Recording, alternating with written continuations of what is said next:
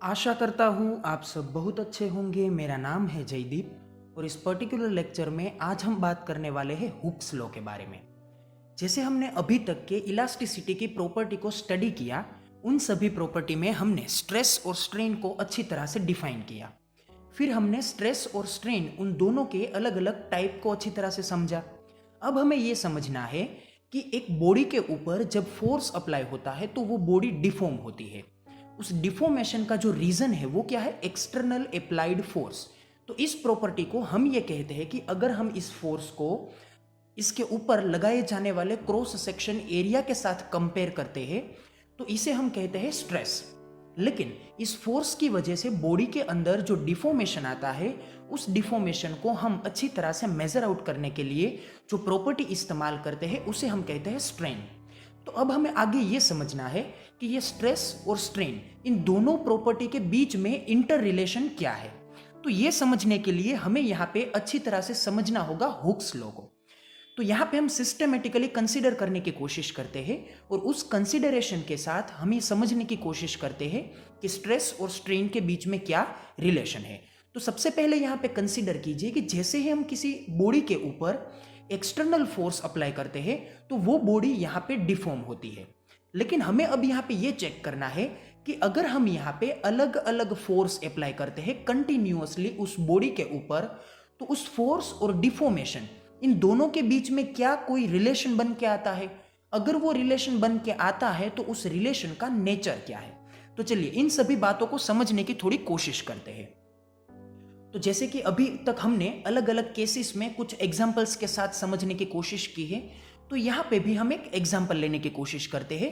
Consider कीजिए कि आपके पास कोई एक रिजिड सपोर्ट है। उस सपोर्ट के साथ आपने कोई एक रोड को लटका के रखा है। उस रोड की जो इनिशियल लेंथ है वो लेंथ क्या है? एल है। और इस लेंथ को मैं आगे की एक्सटेंड होने वाली लेंथ के साथ कंपेयर करने के लिए एक मैं यहाँ पे हॉरिजॉन्टल लाइन ड्रॉ कर देता हूँ। अब मैं क्या करता हूं, इस रोड के साथ एक हैंगर को लटका देता हूं, क्योंकि यहां पे मुझे फोर्स लगाने के लिए कुछ स्लोटेड वेट्स को इस हैंगर में रखना होगा। तो मैं इस हैंगर में जब एक लोड को रखता हूं तो क्या होता है, ये रोड जो है वो क्या होता है? एलोंगेट होता है। मतलब ये थोड़ा सा एक्सटेंड हो जाता है, लेंथ में थोड़ी सी इंक्रीजिंग आती है। फिर अगर मैं यहाँ पे दूसरा स्लोटेड वेट इस हैंगर के अंदर रखता हूं तो क्या होगा? ये और ज्यादा एलोंगेट होगा, मतलब कि ये और ज्यादा क्या होगा? एक्सटेंड होगा। तो अब हम यहाँ पे ये देखने की कोशिश करते हैं कि जब हमने यहाँ पे इनिशियल कंडीशन में एक रोड लिया था तो इसकी जो लेंथ थी वो लेंथ यहाँ पे एल थी। लेकिन जैसे ही मैंने इसके ऊपर हैंगर में एक वेट रखा, वेट से मतलब यह है कि हमने फोर्स लगाया, तो क्या हुआ? ये जो आपका रोड है वो यहाँ पे एलोंगेट हुआ। तो हम कुछ ये कह सकते हैं कि ये जो लगाया जाने वाला फोर्स है वो फोर्स असल में स्ट्रेस को रिप्रेजेंट करता है। और ये जो लेंथ में एलोंगेशन आया है, ये एलोंगेशन असल में यहाँ पे स्ट्रेन को रिप्रेजेंट करता है। तो हम कुछ यहाँ पे रिलेशन लिख सकते हैं, deformation is proportional to applied force. तो जैसे हमने यहाँ पे एक स्लोटेड वेट रखा तो कुछ उस हद तक हमने यहाँ पे लेंथ में एलोंगेशन ऑब्जर्व किया। लेकिन हमने जब यहाँ पे ज्यादा वेट अप्लाई किए तो एलोंगेशन बढ़ गया। मतलब कि यहाँ पे ये जो डिफॉर्मेशन है, एलोंगेशन है, वो यहाँ पे डायरेक्टली प्रोपोर्शनल है इनके ऊपर अप्लाइड होने वाले फोर्स के। तो यहाँ से अगर हम एक स्प्रिंग को कंसीडर करने की कोशिश करें तो कई बार हमने स्प्रिंग में ये देखा है, आपने कई सारे ऐसे वेट मेजर करने वाले गैजेट्स भी देखे होंगे जिन गैजेट्स में हम यहाँ पे स्प्रिंग का इस्तेमाल करते हैं। तो वहाँ पे जैसे ही आप ज़्यादा लोड लटकाते हैं तो वो स्प्रिंग ज़्यादा एक्सटेंड होती है। अगर आप वहाँ पे कम लोड लटकाते हैं तो वो स्प्रिंग कम एक्सटेंड होती है। तो ये जो एक्सटेंशन है, एलोंगेशन है, वो किसके ऊपर डिपेंड है? वो इसके ऊपर अप्लाई होने वाले फोर्स के ऊपर डिपेंडेंट है। तो इस वजह से मैं यहाँ पे यूं कह सकता हूं कि अगर हम यहाँ पे किसी भी मटेरियल के ऊपर अलग अलग फोर्स अप्लाई करते हैं तो उस फोर्स के कोरिस्पोंडेंस में हमें क्या मिलेगा? डिफॉर्मेशन मिलेगा। तो इस वजह से हम यहाँ पे एक रिलेशन लिख सकते हैं, delta L proportional to F. तो ये डेल्टा एल असल में क्या है? डिफॉर्मेशन है। एफ असल में क्या है? अप्लाइड फोर्स है। तो इन सभी बातों को अच्छी तरह से कंसीडर करते हुए हम यहाँ पे कुछ नोट डाउन कर सकते हैं कि कि ये जो रिलेशन है डेल्टा एल और एफ के बीच में, वो असल में किन दोनों के बीच में रिलेशन रिप्रेजेंट कर रहा है? तो ये असल में स्ट्रेस और स्ट्रेन, इन दोनों के बीच में रिलेशन रिप्रेजेंट कर रहा है। क्योंकि असल में फोर्स क्या है? स्ट्रेस है, और ये आपका डिफॉर्मेशन वो क्या है? स्ट्रेन है। तो इस वजह से हम यहाँ पे कुछ ये लिख सकते हैं कि अगर आपका अप्लाई किया जाने वाला जो फोर्स है, वो फोर्स यहाँ पे कुछ कम हद तक है, तो यहाँ पे स्ट्रेस और स्ट्रेन एक दूसरे के प्रपोजनल में रहेंगे। क्योंकि अगर आपने एक लिमिट से ज्यादा फोर्स अप्लाई कर दिया, तो वो डिफॉर्मेशन जो है, वो डिफॉर्मेशन उतनी हद तक बढ़ जाएगा कि आपका जो ये रिलेशन है डिफॉर्मेशन प्रपोजनल टू फोर्स, वो यहाँ पे गड़बड़ा जाएगा। तो मतलब ये है कि यहाँ पे एक इलास्टिक लिमिट आपको फॉलो करनी है कि कोई भी मटेरियल की अपनी एक इलास्टिक लिमिट होती है, उस लिमिट तक ही वो यहाँ पे स्ट्रेस और स्ट्रेन इन दोनों के बीच के इस रिलेशन को मेंटेन कर सकता है। जैसे ही आप उस लिमिट को पार कर जाते हैं, तो ये स्ट्रेस और स्ट्रेन इन दोनों के बीच में ये जो आपका डायरेक्ट प्रपोजनल रिलेशन है, वो यहाँ पे क्या हो जाता है? निग्लेक्ट हो जाता है। तो वो यहाँ पे क्या हो जाता है? इररेगुलर हो जाता है। तो हमें ये मान के चलना है कि हमें ये जो फोर्स लगाना है, वो फोर्स एक हद तक लगाना है। आपने स्प्रिंग को कई बार कंसिडर किया होगा कि अगर स्प्रिंग के ऊपर आप एक लिमिटेड वेट लगाते हैं, तो वो स्प्रिंग अच्छी तरह से अपने शेप को रिगेन कर सकती है। लेकिन अगर आपने एक हद से ज्यादा लोड उसके ऊपर अप्लाई कर दिया, तो वो स्प्रिंग में एक परमानेंट डिफॉर्मेशन रह जाएगा और वो स्प्रिंग अपने इनिशियल शेप को वापस कंप्लीटली रिगेन नहीं कर पाएगी। तो हमें इस लिमिट को मानकर चलना है। तो यहाँ पे हम ये कह सकते हैं कि ये जो आपका स्ट्रेस और स्ट्रेन के बीच में जो रिलेशन है, जो कि एक हद की लिमिट तक अप्लाई होता है, उस रिलेशन को हम कहेंगे हुक्स लॉ। तो यहाँ पे हम फाइनली एक स्टेटमेंट लिख सकते हैं, जो कि हमने एलोंगेशन को यूज करते हुए deformation proportional to applied force लिखा था। उसके यहाँ से हम ये लिख सकते हैं कि आपकी जो स्ट्रेस है, वो असल में यहाँ पे स्ट्रेन के प्रपोजनल है। वैसे तो हम जानते हैं कि जो स्ट्रेन आपको ऑब्जर्व होती है, वो किस वजह से ऑब्जर्व होती है? आपने जो स्ट्रेस अप्लाई की है, उस वजह से ऑब्जर्व होती है। तो असल में स्ट्रेन जो है ना, वो स्ट्रेस की वजह से है। तो यहां पे हम ये कह सकते हैं कि स्ट्रेस प्रपोजनल टू स्ट्रेन। तो इस इक्वेशन को हम जैसे ही प्रपोजनलिटी के साइन को दूर करते हैं, तो हमें यहाँ पे कांस्टेंट क्या करना होगा? रिप्रेजेंट करना होगा। और इस कांस्टेंट को हम यहाँ पे कुछ इस रिलेशन को रिप्रेजेंट कर सकते हैं, stress upon strain is equals to constant. तो यहाँ पे याद रखना है कि इस कांस्टेंट को हम क्या कहेंगे? इसे हम कहेंगे मॉड्यूलस ऑफ इलास्टिसिटी। तो ये है हमारा फाइनल हुक्स लॉ। तो ये जो आपका इक्वेशन है, stress upon strain is equals to modulus of elasticity, तो इस इक्वेशन में ये जो आपका प्रपोजनलिटी कांस्टेंट है, मॉड्यूलस ऑफ इलास्टिसिटी, वही है आपका यंग मॉड्यूलस, बल्क मॉड्यूलस और मॉड्यूलस ऑफ रिजिडिटी। तो हमें आगे बढ़ के जो अलग अलग टाइप के मॉड्यूलसिस को स्टडी करना है, वो सभी मॉड्यूलसिस असल में इन्हीं रिलेशन की वजह से हमें मिले हैं। लेकिन हमें यहाँ पे जो स्ट्रेस और स्ट्रेन अप्लाई करनी है, वो यहाँ पे एक दूसरे के कोरिस्पोंडेंस में होगी। मतलब कि जब अगर आप यहाँ पे लॉन्जिट्यूडनल स्ट्रेस के बारे में बात करते हैं, तो आपको इसी रिलेशन में जो स्ट्रेन लिखनी है, वो भी क्या होनी चाहिए? लॉन्जिट्यूडनल होनी चाहिए। अगर आप इस रिलेशन में वॉल्यूम स्ट्रेस लिखना चाहते हैं, तो आपके पास जो कोरिस्पोंडिंग स्ट्रेन होनी चाहिए, वो क्या होनी चाहिए? वो भी यहाँ पे वॉल्यूम स्ट्रेन होनी चाहिए। और इन्हीं सभी कोरिस्पोंडिंग रिलेशंस की वजह से आपको यहाँ पे 3 अलग अलग टाइप्स के मॉड्यूलसिस मिलेंगे, जिन्हें हम आगे इन्हीं लेक्चर में कवर करेंगे एज अ टाइप्स। तो अब यहाँ पे हमने हुक्स लॉ को अच्छी तरह से डिफाइन कर लिया। हमने यहाँ पे ये चेक किया कि फोर्स की वजह से डिफॉर्मेशन होता है, और उस डिफॉर्मेशन को हम यहाँ पे स्ट्रेस और स्ट्रेन, इन दोनों को एक दूसरे की प्रपोजनलिटी के फॉर्म में लिख सकते हैं। लेकिन असल में समझने वाली बात है वो ये है कि ये जो आपका हुक्स लॉ है ना, वो असल में एम्पेरिकल फॉर्मूला है, या फिर यूं कहिए एम्पेरिकल लॉ है। तो जैसे कि थर्मोडायनामिक्स में भी हमने कई बार ये वर्ड सुना होता है कि ये आपका थर्मोडायनामिकल जो लॉ है, वो असल में एक एम्पेरिकल लॉ है। तो ये रीजन क्या है? ये वर्ड एम्पेरिकल वर्ड क्या है? तो एम्पेरिकल का मतलब ये होता है कि ये जो सभी लॉज है ना, इसे आप यहाँ पे प्रैक्टिकल के फॉर्म में नेचर वाइज देख सकते हैं, लेकिन आप इसका कोई थियोरिटिकल प्रूफ नहीं दे सकते हैं। मतलब कि आपको ये जो रिलेशन पहली बार मिला था, वो रिलेशन भी आपको किस तरह से मिला था? एक स्मॉल से एक्सपेरिमेंट की वजह से हमें जो एक रिजल्ट मिलता है, उस रिजल्ट की वजह से हम ये कह सकते हैं कि ये एक प्रॉपर्टी और दूसरी प्रॉपर्टी एक दूसरे के ऊपर कुछ इस तरह से डिपेंडेंट है। मतलब कि ऐसे सभी लॉज जिनकी कोई यहाँ पे थियोरिटिकल प्रूफ नहीं होती है, हम इसे सिर्फ और सिर्फ एक अनुभव के तौर पर एक एम्पेरिकल फॉर्मेट में इसे लिखते हैं, रिप्रेजेंट करते हैं, और ये बाकायदा सही भी होती है। तो ऐसे लॉज को हम कहते हैं एम्पेरिकल लॉज। तो आपको थर्मोडायनामिक्स में कई सारे ऐसे लॉज मिल जाएंगे जो कि एम्पेरिकल है, जिनका कोई थियोरिटिकल प्रूफ नहीं है। तो यहाँ पे ये हुक्स लॉ भी क्या है, ये भी एक एम्पेरिकल लॉ है, इसका भी कोई थियोरिटिकल प्रूफ नहीं है। लेकिन जैसे ही हम यहाँ पे अपने एक्सपेरिमेंट्स को परफॉर्म करते हैं यहाँ पे स्ट्रेस और स्ट्रेन के रिलेशन के लिए, तो उन सभी एक्सपेरिमेंट्स में हमें ये रिजल्ट बाकायदा मिलता है। मतलब कि ये प्रैक्टिकली एकदम 100% प्रूफ है, लेकिन यहाँ पे इसका कोई थियोरिटिकल कंक्लूजन नहीं है, जिन वजह से इस लॉ को हम क्या कहते हैं, एम्पेरिकल लॉ कहते हैं। तो यहाँ पे हमने हुक्स लॉ के फॉर्म में लिखा था कि stress upon strain is equals to constant, और साथ में इस कांस्टेंट को हमने कहा था मॉड्यूलस ऑफ इलास्टिसिटी। तो अब हम यहाँ पे ये चेक करिए कि हमने ये जो कहा कि ये जो आपका हुक्स लॉ है वो क्या है, एक एम्पेरिकल फॉर्मूला है। लेकिन इस एम्पेरिकल फॉर्मूला को अगर आप यहाँ पे प्रैक्टिकल वाइज परफॉर्म करने की कोशिश करते हैं तो आपको ये 100% जो रिजल्ट देगा वो रिजल्ट यहाँ पे प्रोपोर्शनैलिटी के फॉर्म में होगा। और ये रिजल्ट प्रोपोर्शनैलिटी होने का प्रूफ क्या है कि यहाँ पे स्ट्रेस और स्ट्रेन इन दोनों के बीच में जो रिलेशन है वो रिलेशन क्या है, एकदम लीनियर है। तो चलिए हम यहाँ पे इस ग्राफ को अच्छी तरह से ड्रॉ करने की कोशिश करते हैं।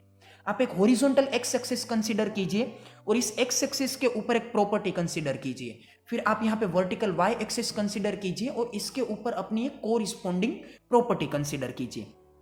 तो हमने यहाँ पे एक्स एक्सिस के ऊपर स्ट्रेन कंसीडर किया और वाई एक्सिस के ऊपर क्या कंसीडर किया है, स्ट्रेस कंसीडर किया है।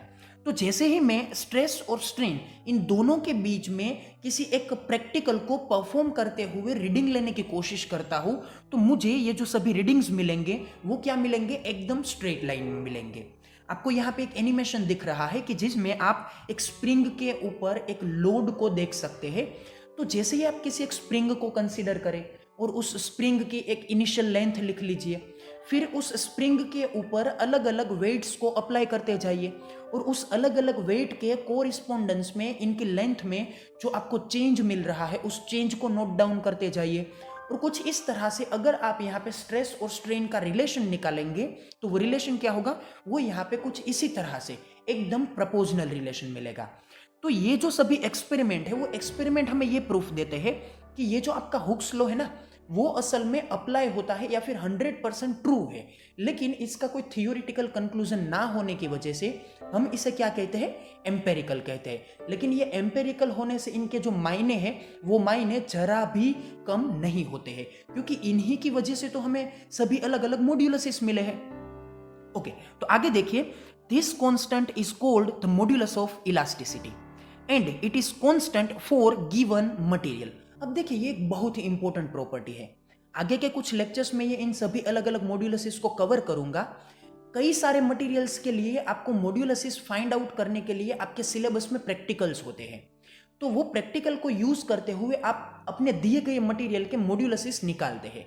लेकिन असल में उन मॉड्यूलसिस की जो वैल्यू आपके पास आती है उन वैल्यू का मतलब क्या होता है, अगर आप इन सभी बातों को समझना चाहते हैं तो मेरे आगे के एक वीडियो को देखिएगा जिनमें मैं यंग्स मॉड्यूलस के ऊपर बात करूंगा। तो उन वीडियो में मैं आपको समझाऊंगा कि यंग मॉड्यूलस का कोई इक्वेशन जो बन के आता है, उस इक्वेशन में जो आपको वैल्यूज मिलते हैं यंग मॉड्यूलस के किसी भी एक पर्टिकुलर मटेरियल के लिए, वो वैल्यू आपको क्या रिप्रेजेंट करती है। अगर आप उस वीडियो को देखना चाहते हैं तो यहाँ पे इस आई बटन के ऊपर क्लिक करके उस वीडियो को देख सकते हैं।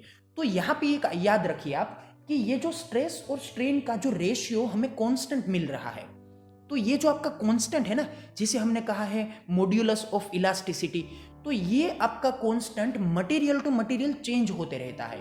अगर आप स्टील के बारे में उन्हीं यंग मॉड्यूलस की बात करें तो कुछ अलग वैल्यू का होगा, लेकिन उसी यंग मॉड्यूलस को अगर आप रबर के बारे में चेक करने की कोशिश करें तो वो भी कुछ अलग होगा। अगर उन्हीं यंग मॉड्यूलस को आप किसी कॉपर मटेरियल के लिए चेक करने की कोशिश करें तो वो भी अलग होगा।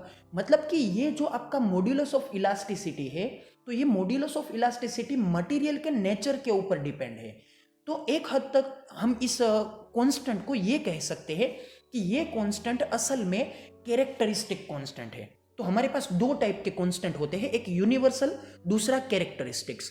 तो कैरेक्टरिस्टिक कांस्टेंट हम उसे कहते हैं जो कि किसी मटेरियल के नेचर के ऊपर डिपेंड होते हैं। अगर आप मटेरियल बदलते हैं तो वो कांस्टेंट भी बदल जाएगा। और उन सभी कांस्टेंट को हम यूनिवर्सल कांस्टेंट कहते हैं, जो कि मटेरियल या फिर सिचुएशन या फिर कोई भी अगर आप बातें चेंज कर दीजिए फिर भी वो अपने एक वैल्यू को 100% क्या करते हैं, फॉलो करते हैं। फॉर एग्जांपल आप प्लांक कांस्टेंट को देखिए या फिर ग्रेविटेशनल कांस्टेंट जी को कहिए, तो ये जो सभी कांस्टेंट है वो क्या है, यूनिवर्सल कांस्टेंट है। लेकिन जब आप स्मॉल जी ग्रेविटेशनल एक्सेलरेशन की बात करते हैं या फिर यूं कहिए किसी भी मटेरियल की रेजिस्टिविटी की बात करते हैं या फिर किसी भी मटेरियल के यंग मॉड्यूलस, बल्क मॉड्यूलस या फिर मॉड्यूलस ऑफ रिजिडिटी की बात करते हैं, तो ये जो सभी कांस्टेंट है वो क्या है, वो यहाँ पे मटेरियल के नेचर के ऊपर डिपेंड है, जिन वजह से इन कांस्टेंट को हम कैरेक्टरिस्टिक्स कांस्टेंट कहते हैं। तो यहाँ पे आपका ये जो मॉड्यूलस ऑफ इलास्टिसिटी है वो भी क्या है, एक कैरेक्टरिस्टिक कांस्टेंट है। Strain is unitless quantity. Strain हमने देखा है कि ये यूनिटलेस क्वांटिटी है, क्योंकि स्ट्रेन के इक्वेशन में change in dimension upon original dimension कुछ इस तरह से रेशियो रहता है। तो यहाँ पे आपका डिनोमिनेटर और न्यूमरेटर इन दोनों के यूनिट्स क्या होंगे, सेम होंगे, जिस वजह से ये यूनिट कैंसल आउट हो जाएंगे। Therefore, the unit of constant of elasticity is Newton per meter square and has the dimensions m1, l-1, t2। तो यहाँ पे ये जो आपका स्ट्रेस का जो डायमेंशन है वही डायमेंशन यहाँ पे किसका डायमेंशन बन के आएगा, मॉड्यूलस ऑफ इलास्टिसिटी का। तो यहाँ पे दोनों के डायमेंशंस एक दूसरे के कंपेरेबल है, क्योंकि स्ट्रेन का कोई अपना डायमेंशन है नहीं, जिन वजह से मॉड्यूलस ऑफ इलास्टिसिटी का डायमेंशन सिर्फ और सिर्फ किसके कंपेरेबल है, स्ट्रेस के कंपेरेबल है। सो यहाँ पे stress upon strain is equals to modulus of elasticity, और मॉड्यूलस ऑफ इलास्टिसिटी को हम यहाँ पे स्ट्रेस और स्ट्रेन इन दोनों की वैल्यू को अगर हम रिप्लेस करते हुए लिखे तो क्या होगा, stress is equals to force upon area. और अगर मैं यहाँ पे स्ट्रेन के फॉर्म में लॉन्जिट्यूडनल स्ट्रेन को कंसीडर करता हूं तो ये क्या बन के आएगा, डेल्टा एल अपॉन एल। तो कुछ इस तरह से हम इस इक्वेशन को यू लिख सकते हैं कि डायमेंशंस को फाइंड आउट करने के लिए कि फोर्स अपॉन एरिया, यही डायमेंशंस असल में किसे रिप्रेजेंट करेंगे, स्ट्रेस को, और यही डायमेंशंस असल में किसे रिप्रेजेंट करेंगे, मॉड्यूलस ऑफ इलास्टिसिटी को, क्योंकि लेंथ अपॉन लेंथ ये यूनिटलेस क्वांटिटी बन जाएगी। तो ये जो आपका इक्वेशन है, force upon area upon change in length upon original length, तो इस इक्वेशन में अगर आप यहाँ पे कोरिस्पोंडिंग स्ट्रेस और कोरिस्पोंडिंग स्ट्रेन लिखते हैं तो आपको यहाँ पे 3 टाइप के स्ट्रेस और 3 टाइप की स्ट्रेन की वजह से अलग अलग मॉड्यूलसिस मिलेंगे। तो ये मॉड्यूलसिस अलग अलग टाइप की 3 कैटेगरी में क्या होती है, डिवाइडेड होते हैं। तो इन मॉड्यूलसिस के नाम क्या है, पहला मॉड्यूलस है यंग्स मॉड्यूलस, दूसरा मॉड्यूलस है बल्क मॉड्यूलस और तीसरा मॉड्यूलस है मॉड्यूलस ऑफ रिजिडिटी। तो इन तीनों मॉड्यूलस को हम यहाँ पे सिर्फ और सिर्फ एक बार ग्लांस कर लेते हैं। तो देखिए हमारे पास टाइप्स ऑफ मॉड्यूलस क्या है, तो टाइप्स ऑफ मॉड्यूलस को हम यहाँ पे 3 अलग अलग पार्ट में कैटेगराइज कर सकते हैं। तो ये हमारा पहला पार्ट क्या है, यंग्स मॉड्यूलस। तो यंग्स मॉड्यूलस को हम क्या लिख सकते हैं, यंग्स मॉड्यूलस का सिंबल है Y, और यहाँ पे हम लिखेंगे tensile stress upon tensile strain. तो हमें यहाँ पे टेंसाइल स्ट्रेस को लॉन्जिट्यूडनल के फॉर्म में लिखना है और टेंसाइल स्ट्रेन को भी लॉन्जिट्यूडनल के फॉर्म में लिखना है। तो इस वजह से इसका इक्वेशन क्या बन के आएगा, स्ट्रेस का इक्वेशन होगा फोर्स अपॉन एरिया और यहाँ पे स्ट्रेन का इक्वेशन होगा change in length upon original length. और अगर आप इस इक्वेशन को रीअरेंज करते हैं तो आपको इक्वेशन मिलेगा F into L upon A into delta L. फिर हम देखते हैं दूसरे मॉड्यूलस को जिसका नाम है बल्क मॉड्यूलस। तो बल्क मॉड्यूलस में क्या होगा, volume stress upon volume strain, और इसका सिंबल है B। कई बार आपको इसका सिंबल K भी मिल जाता है, तो आप यहाँ पे जो भी सिंबल दिया जाए उसके साथ अच्छी तरह से कॉम्प्रोमाइज कर लीजिएगा। तो यहाँ पे इक्वेशन में अगर हम यहाँ पे वॉल्यूम स्ट्रेस और स्ट्रेन का इक्वेशन लिखने की कोशिश करें तो ये क्या होगा, force upon area upon change in volume upon original volume. अब देखिए इसमें नेगेटिव साइन है। नेगेटिव साइन क्यों है, क्योंकि यहाँ पे जब आप वॉल्यूम स्ट्रेस को या फिर स्ट्रेन को कंसीडर करते हैं तो यहाँ पे जनरली कंप्रेसिव फोर्स लगता है, क्योंकि जो एक्सटर्नल फोर्स लगाया जाता है वो इस मटेरियल को कंप्रेस करता है, जिन वजह से वॉल्यूम में यहाँ पे क्या होता है, डिक्रीजिंग होता है। इस वजह से ये जो डिक्रीजिंग है उसकी नेगेटिव साइन और इस इक्वेशन में लिखने वाले नेगेटिव साइन, इन दोनों को हम यहाँ पे एडजस्ट करके B की वैल्यू को पॉजिटिव निकाल सकते हैं। इस वजह से हमने यहाँ पे नेगेटिव लिखा है। और फोर्स अपॉन एरिया को इस बल्क मॉड्यूलस के केस में आप प्रेशर लिख सकते हैं। जिनके बारे में ऑलरेडी मैंने आपको टाइप्स ऑफ स्ट्रेस इस वीडियो में डिस्कशंस दी थी। अगर आप उस डिस्कशंस को देखना चाहते हैं तो यहाँ पे आई बटन के ऊपर क्लिक करके उस वीडियो को देख सकते हैं। फिर हमारा तीसरा और आखिरी मॉड्यूलस क्या बन के आएगा, ये तीसरा मॉड्यूलस है हमारा मॉड्यूलस ऑफ रिजिडिटी। तो ये मॉड्यूलस ऑफ रिजिडिटी में क्या होगा, shearing stress upon shearing strain, और इसका सिंबल है ईटा। तो यहाँ पे इक्वेशन बन के आएगा फोर्स अपॉन एरिया, और ये आपका जो मॉड्यूलस ऑफ रिजिडिटी के लिए अप्लाई होने वाला स्ट्रेन है वो क्या है, x/h, जैसे हमने वहां पे tan थीटा अप्लाई किया था। तो इस इक्वेशन को रीअरेंज करते हुए हमारे पास क्या आएगा, F into H upon A into x. तो ये थे हमारे अलग अलग टाइप के मॉड्यूलसिस, जिनके बारे में हम डिटेल में बात करेंगे आगे के अलग अलग वीडियोस में। तो यहाँ पे हमारा लेक्चर कंप्लीट होता है हुक्स लॉ के बारे में। तो हम ये रिकॉल कर लेते हैं कि हमने इस लेक्चर में क्या क्या स्टडी किया। तो पहले हमने ये देखा कि रिलेशन बिटवीन स्ट्रेस और स्ट्रेन क्या है, स्ट्रेस और स्ट्रेन के बीच में जो हम रिलेशन अभी तक एस्टेब्लिश करना चाहते हैं वो रिलेशन किस तरह से एस्टेब्लिश होता है और रिलेशन कैसा है। फिर हमने आगे देखा कि कांस्टेंट ऑफ इलास्टिसिटी क्या है, और उन कांस्टेंट ऑफ इलास्टिसिटी को यूज करते हुए हमने अलग अलग टाइप के मॉड्यूलसिस को ऑब्जर्व किया। तो इन सभी पार्ट्स को अच्छी तरह से आपको समझने में आसानी रही होगी, ऐसा मैं आशा रखता हूं। और यहाँ पे इस वीडियो को मैं कंप्लीट करता हूं। मिलते हैं अगले वीडियो में। Till then good bye.